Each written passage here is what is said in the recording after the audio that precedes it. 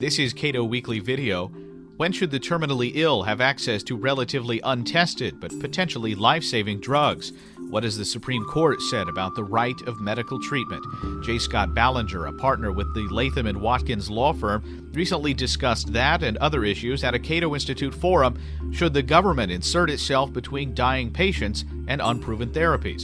It was held September 25, 2007. This is a portion of a longer program available at our website, cato.org. A lot of people have forgotten that much of the original genesis of Griswold versus Connecticut, the decision recognizing a right to contraception, was driven by doctors who were outraged that the laws against contraception were endangering the lives of their married female patients who, for one reason or another, faced some very significant health problems associated with pregnancy. And the choice under the pre-Griswold law in the states that banned contraception for them was to refrain from marital relations or risk their lives. The Supreme Court emphasized that in Griswold. Doctors were really behind that whole litigation, and the Supreme Court said that notwithstanding the government's regulatory interest, and the government believed that they were strong in banning contraceptive drugs and devices, patients' fundamental rights were at stake, and therefore the strict scrutiny test was triggered.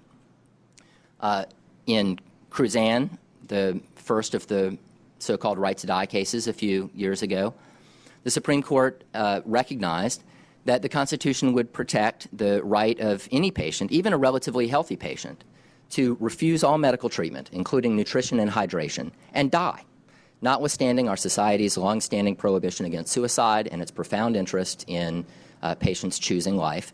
You have a fundamental right under the Due Process Clause to refuse all medical treatment, including food and water, and choose to die. Well, against that backdrop, how much sense does it make to say that fundamental rights aren't involved in exactly the same situation if instead the patient chooses to take some risks with her life in a good faith effort to save it? People don't usually think about the cases, these particular cases in these terms, but from the beginning in Roe versus Wade up through the Supreme Court's decision in Gonzalez versus Carhart last term, in every single abortion case the Supreme Court has ever decided, the Supreme Court has actually recognized two rights to abortion.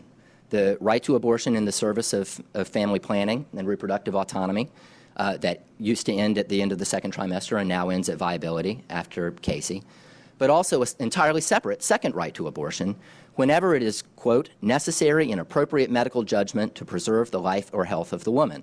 That right to abortion it isn't grounded in reproductive autonomy because we know the reproductive autonomy right ends at viability.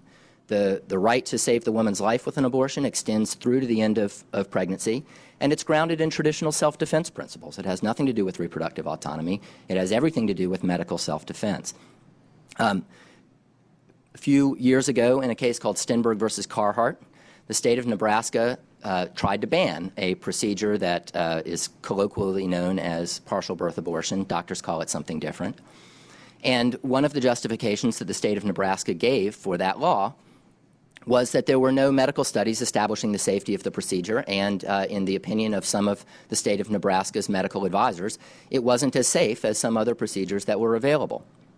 The Supreme Court recognized the division of authority among medical experts and the absence of, quote, the absence of controlled medical studies that would help answer these medical questions, and it nonetheless held that, quote, since doctors often differ in their estimation of comparative health risks and appropriate treatment, the state must tolerate responsible differences of medical opinion. And the Supreme Court struck down that Nebraska statute on the ground that if patients' individual doctor responsibly believes that the best procedure available to save her life is one that the state would prefer to ban, that implicates the fundamental right to abortion as self-defense. I find it truly astonishing to even entertain the suggestion that it implicate a person dying on the operating table whose doctor believes that medical treatment is necessary to save their life. Rights are implicated by that situation if the treatment the doctor wants to use happens to involve the incidental destruction of a human fetus and not otherwise. Makes no sense. So in a very real sense, the Supreme Court has already recognized that there is a fundamental right to autonomy in making medical treatment decisions, a fundamental right to make those decisions in conjunction with your doctor, as long as it falls within the realm of reasonable, responsible medical opinion. Another way to come at this problem, the Supreme Court has said several times that unenumerated fundamental rights ought to be deeply rooted in historical tradition. The historical traditions of our country, I don't have time to go into this in great detail, but there has always been a fundamental right to self-defense. The framers of our country called self-preservation the first law of nature, the first and most self-evident of the natural rights of man. Just, absolutely at the core of traditional Anglo-American liberty, that you have a right to defend your life. Well, that right extends to circumstances where the means that you choose to defend your life are entirely unproven and, in fact, likely to increase the risk. Think about the rights of a woman who is threatened with rape. A woman in that circumstance has an absolute right under the common law, and I think virtually everyone in the federal judiciary would agree that that common law right is protected by the Constitution. A woman has a fundamental right in those circumstances to fight back, no matter what means she happens to have at hand, no matter how futile those means might be, and even if absolutely everyone acknowledges and agrees that fighting back is likely to increase the risk to her life and maybe further shorten her life by enraging her attacker. There has never been a requirement under the law that you establish in self-defense circumstances that the means that you want to use to defend your life will be effective or even safe. You have a right to fight back. Well, if that's true of fighting back against a human attacker or against an animal, then why in the world not against a rogue cancer cell or bacteria?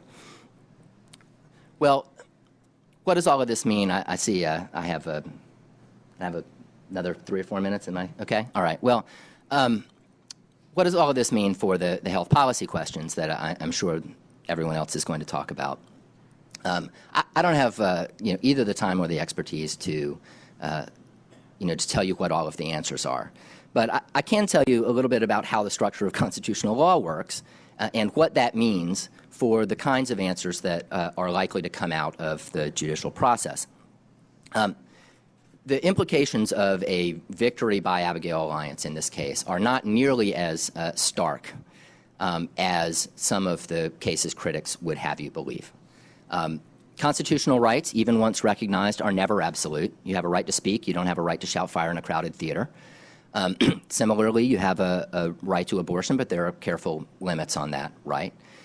All that a victory by Abigail alliance in this case will establish is that the correct standard of review, standard of justification for FDA's explanations for its policies is that FDA ought to have to come up with an explanation for why its policies are narrowly tailored to compelling state interests rather than just an explanation that its policies are purely rational. My own view is that FDA should embrace that standard. I can't imagine why, as a society, we would want to have regulations that interfered with the liberty of individual doctors to treat their patients at the end of life that were not narrowly tailored to compelling state interest. J. Scott Ballenger is a partner with the Latham Watkins law firm. This is Cato Weekly Video. If you have a comment on this or other multimedia offerings of the Cato Institute, please send an email to cbrown@cato.org.